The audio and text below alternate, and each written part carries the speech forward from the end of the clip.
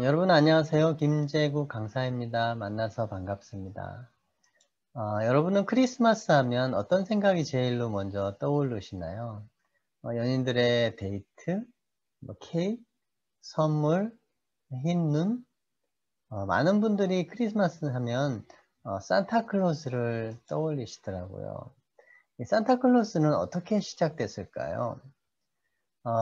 서기 270년경 터키의 파타라라는 한 항구 도시에서 천주교 한 주교님이 계셨는데요.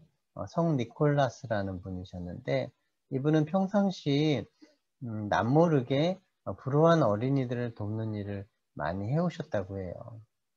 하루는 한 가정의 딱한 사정을 아시고서 밤중에 금화를 넣은 주머니를 가지고 그 집에 굴뚝 위에다가 이 금화 주머니를 던져 넣어 줬다고 해요.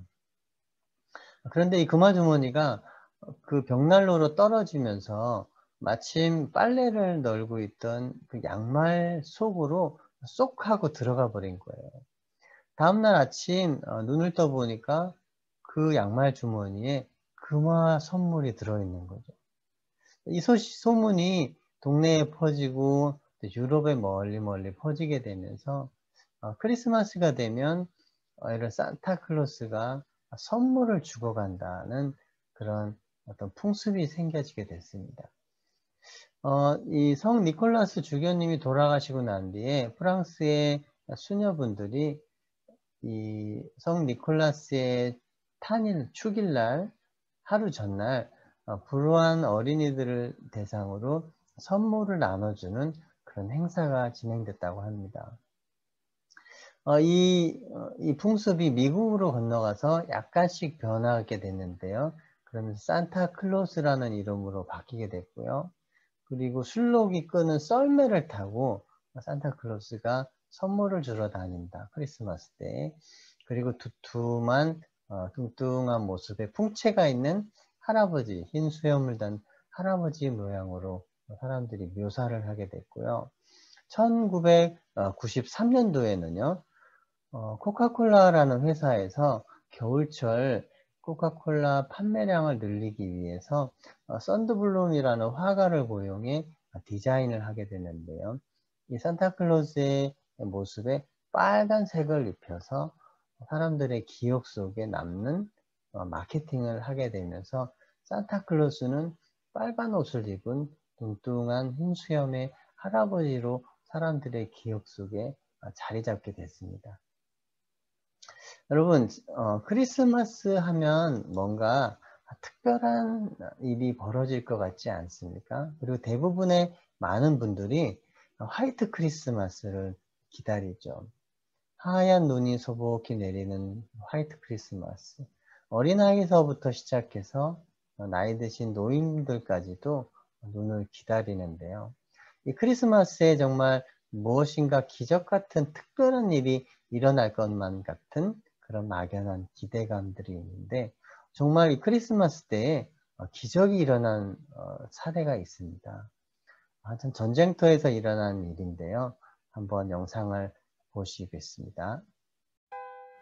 여러분에게 크리스마스는 어떤 의미로 다가오시나요?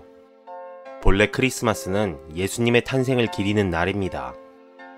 그래서 크리스마스에는 기적이 일어날 것만 같은 설레는 기분에 휩싸이기도 합니다. 그런데 정말로 크리스마스의 기적이 일어난 적이 있다고 합니다. 그것도 지옥 같은 전쟁 속에서 말이죠. 1914년에 발발한 1차 세계대전은 기존의 전쟁 양상과는 전혀 다른 모습으로 진행되었습니다. 당시 사람들은 전쟁이 금방 끝날 거라고 생각했지만 각종 총기류의 발달로 군대의 진격은 가로막히기 일쑤였고, 여기에 겨울이 되자 추위까지 견뎌야 했습니다. 그렇게 병사들의 몸과 마음이 지쳐가는 와중에 12월 25일이 돌아왔습니다. 양측의 병사들은 불과 몇 미터를 사이에 두고 서로 대치 중인 와중에 참호 속에서 캐럴을 부르며 조촐하게 크리스마스를 기리고 있었습니다.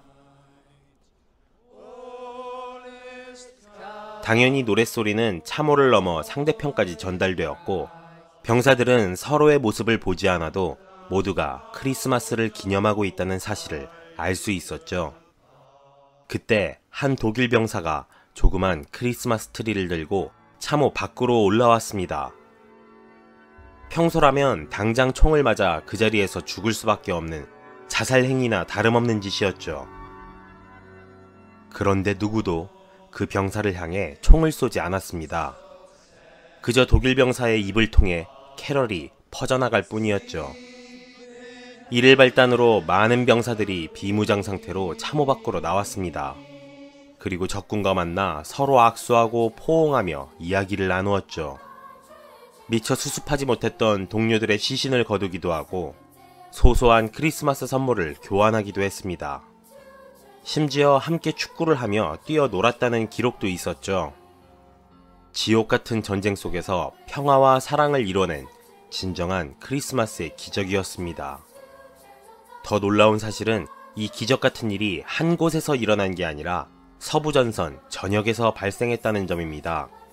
지도부에서는 전혀 논의되지 않은 일이었음에도 현장의 병사들 사이에서 암묵적으로 일어난 휴전이었죠. 한번 생각해보세요. 바로 몇 시간 전에 제가 그렇게 죽이려고 애썼던 그 사람들과 악수를 하고 이야기를 나누었다는 사실을. 정말 굉장하죠? 1914년의 크리스마스는 제 인생에서 가장 잊지 못할 크리스마스였습니다. 크리스마스 휴전을 경험했던 병사들은 당시의 상황이 정말 기적 같은 일이었으며 큰 감동을 주었다고 증언했습니다. 정말 믿기 힘든 이야기이지만 많은 기록이 남아있는 분명한 실화이며 당시를 생생하게 기억하는 사람도 남아있었죠. 서로를 죽고 죽일 수밖에 없는 참혹한 전쟁. Happy Christmas. 하지만 그 와중에도 미움보다 사랑을, 폭력보다 평화를 바랐던 사람들이 있었습니다. 그들이 이뤄낸 기적이야말로 우리가 크리스마스에 되새겨야 할 가치가 아닐까요?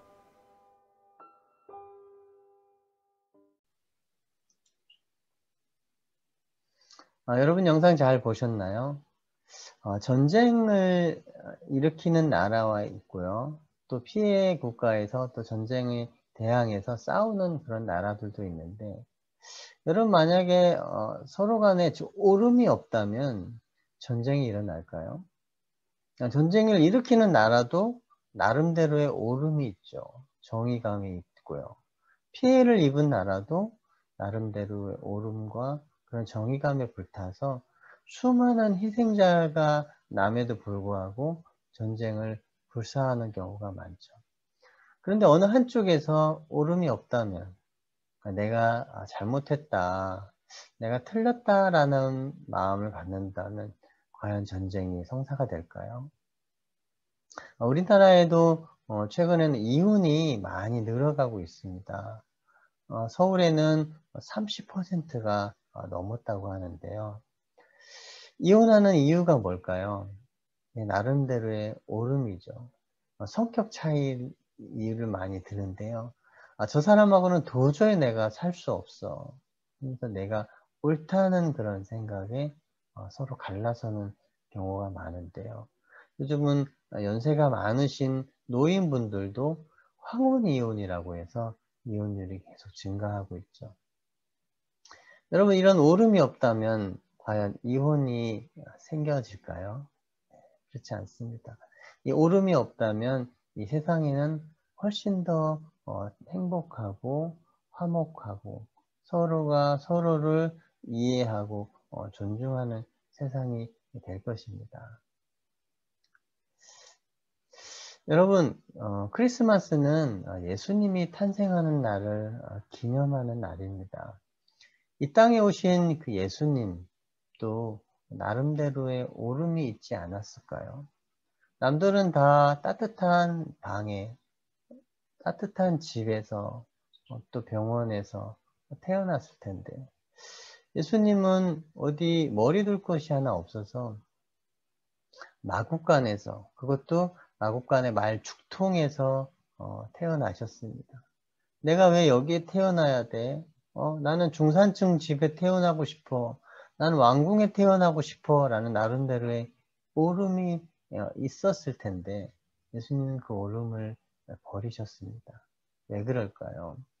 예수님은 이 땅에 잘 먹고 잘 살기 위해서 오신 분이 아니고 자신의 몸을 화목제물로 드리기 위해서 오신 분이었기 때문에 자신의 오름을 고집하지 않았습니다.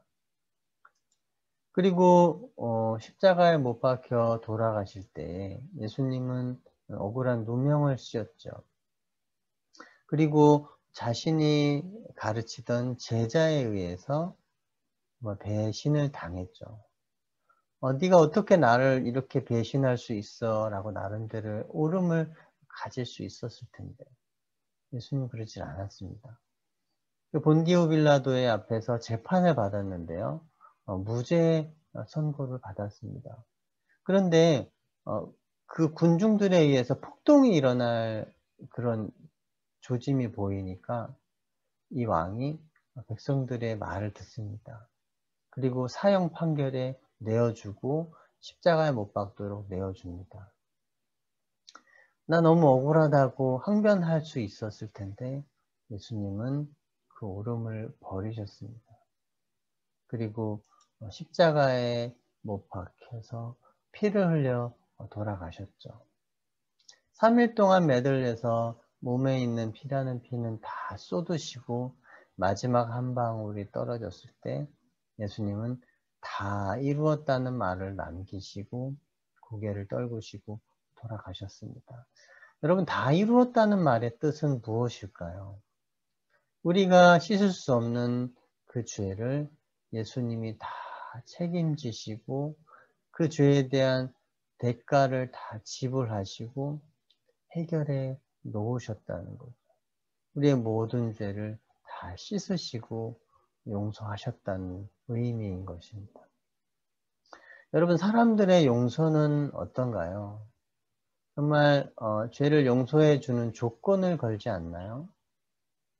내가 너를 용서해 주면 이제는 착한 사람 되고 바르게 잘 살고 다시는 그런 죄를 짓지 말아라. 똑같은 죄를 지으면 사람들이 용서했던 것도 취소하기도 하죠. 사람의 용서는 그렇습니다. 하나님의 용서는 그렇지 않습니다. 우리의 죄와 우리의 불법을 하나님은 다시는 기억지 않으신다고 하면서 진정한 용서를 우리에게 선물로 주셨습니다. 크리스마스의 진정한 의미는 무엇일까요?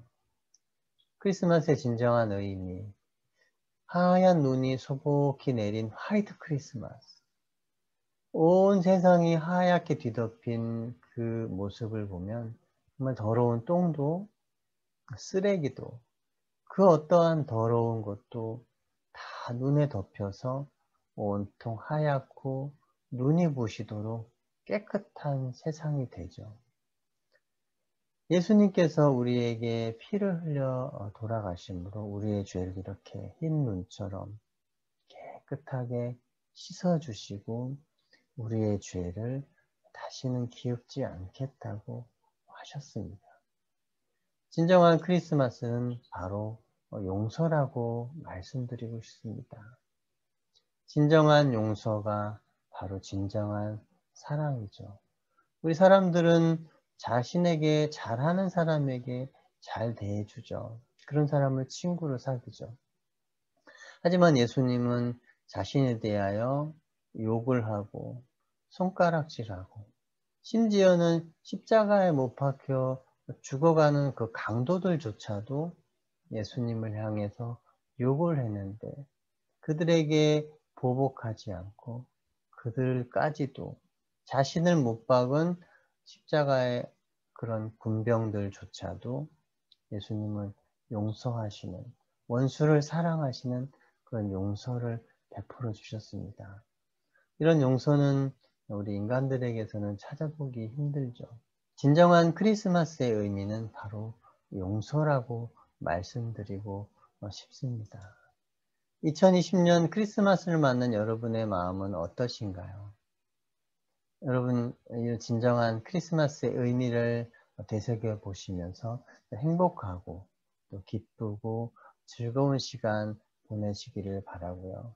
남은 또 2020년 정말 유익하고 또 뜻깊은 시간 보내시기를 바랍니다. 여러분, 메리 크리스마스!